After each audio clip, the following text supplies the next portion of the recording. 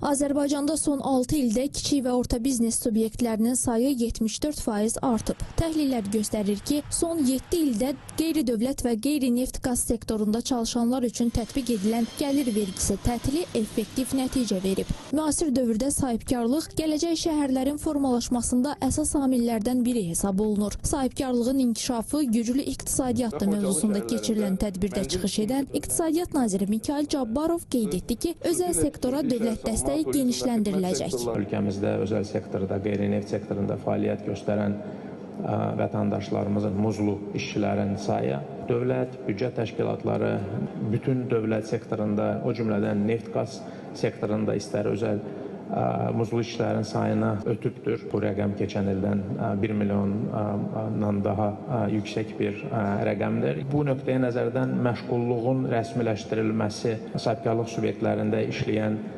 insanların sabah təminatlı pensiya gələcək olan insanların sayının sistemə cəlb edilməsi məsələsi demək olar ki, böyük mənada həll edilibdir. Azərbaycanda əmək haqqı sistemi və əmək qanunvericiliyi üzrə yeni islahatlar planlaşdırılır. 2030-cu ilədək 30 min işsiz şəxsin özünə məşğulluğunun təşkili təmin ediləcək. Qeyd edək ki, əmək müqavilələrinin 97%-i elektronlaşdırılıb. Əmək bazarının tələbatına uyğun olaraq işsiz şəxslərin yeni peşə və ixtisaslara yiyələnməsi üçün Nazirlik tərəfindən 175 ixtisas sahəsi üzrə 59 mindən çox şəxs peşə hazırlığına cəlb edilmişdir. Nazirlik tərəfindən 2.3 milyon şəxs aktiv məşğulluq tədbirləri ilə əhatə olunmuşdur. İndiyədək 112 min nəfər şəxsin özünə məşğulluğa cəlb edilmişdir. 2030-cu ilədək əlavə 30 min işsiz şəxsin özünə məşğulluğunun təşkili təmin ediləcəkdir. Azərbaycan Həmkarlar İttifaqları Konfederasiyası bildiyiniz kimi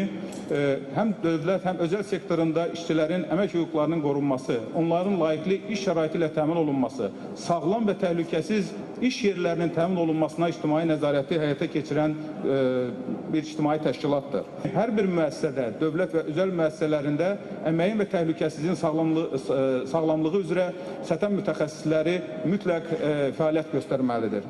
Və bu istiqamətdə biz sahibkarlarımızı bizimlə Azərbaycan Həmkarlar İttifaqı Konfederasiyasının Əmək və Sosial Münasibətlər Akademiyası ilə əməkdaşlığa dəvət edirik. Ölkənin şəhərsalma və tikinti sektoru geniş miqyaslı transformasiya mərhələsindən keçib. Dövlət Şəhərsalma və Arxitektura Komitəsinin sədri Anar Quliyev hesab edir ki, gələcək şəhərlərin formalaşmasında əsas amillər sırasında sahibkarlıq və innovasiya ekosistemləri yer alır.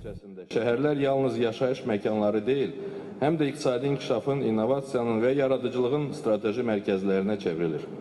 Müasir qlobal trendlərə nəzər saldıqda, 2050-ci ilədək dünya əhalisinin təxminən 70%-nin şəhərlərdə yaşayacağı proqnozlaşdırılır. Sürətli urbanizasiya, şəhərlərlə bağlı əhalinin artan tələbatının qarşılanması, iş yerlərinin yaradılması, müasir şəhər xidmətlərinin təmin edilməsi və ekoloji tarazlığın qorunması kimi mürəkkəb çağırışları ön plana çıxarır. Bu şəraitdə gələcəyin şəhərlərinin formalaşmasında əsas amillər sırasında sahibkarlıq və innovasiyalar yer alır. Bugün qeyri-neft vergilərinin 76%-i özəl sektorun payına düşür. Dövlət Statistika Komitəsinin 2026-cı il yanvarın 1-nə olan məlumatına görə Qarabağ və Şərqi Zəngəzur iqtisadi rayonlarında 5000-dən yuxarı mikro, kiçik, orta və iri sahibkarlıq subyektləri fəaliyyət göstərib. Bu göstərici 2024-cü ilə müqayisədə 6% artım deməkdir. Azərbaycan Sahibkarlar Təşkilatları Milli Konfederasiyasının prezidenti Məmməd Musayevin sözlərinə görə Qarabağ iqtisadi rayonlarında 526 milyon manata yaxın kredit qoyulub və bu vəsaitlər emal sektorundan tutmuş turizmə qədər geniş fəaliyyət istiqamətlərini əhatə edir. Əminlik ki, demək istərdim ki, yaxın illərdə azad olmuş ərazilər Azərbaycan hissəsinin ən dinamik hissəsinə çevriləcək. Eyni zamanda dövlət və özəl sektor arasında səmərəli tərəfdaşlığın keyfiyyətcə növbəti mərhələsinə yüksəldiyini deyə bilərik. Qarşıdakı illərdə əsas fokus daha çox ixrac, rəqəmsallaşma və yeni bazara çıxış üzərində qurulacaqdır. İndiyə qədər KOB evlərində 1,5 milyondan artıq xidmət göstərilib. 70 minədək KOB subyekti və sahibkarlıq fəaliyyətinə başlamaq istəyən şəxslər ünvanlı dəstək mexanizmlərindən yararlanıb.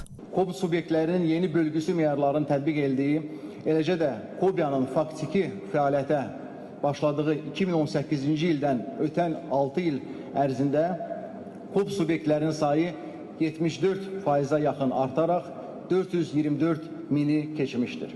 Bu dövrdə KOB-lar tərəfindən yaradılmış əlavə dəyərin həcmi 2 dəfədən çox artaraq təqribən 10 milyard manatdan 21 milyard manata çatmışdır. KOB sektorunun məşğulluq göstəricisi də 47% yüksəlmişdir. Biz strateji fəaliyyət gündəliyimizi sahibkarlar ilə sıx qarşılıqlı əlaqəli şəkildə onların ehtiyac və inkişaf meyillərini öyrənməklə müəyyən edirik. Sahibkarlar gününə həsr olunan sahibkarlığın inkişafı güclü iqtisadiyyat da mövzusundakı tədbirin sonunda iştirakçılar Prezident İlham Əliyevə müraciət ünvanlayıb.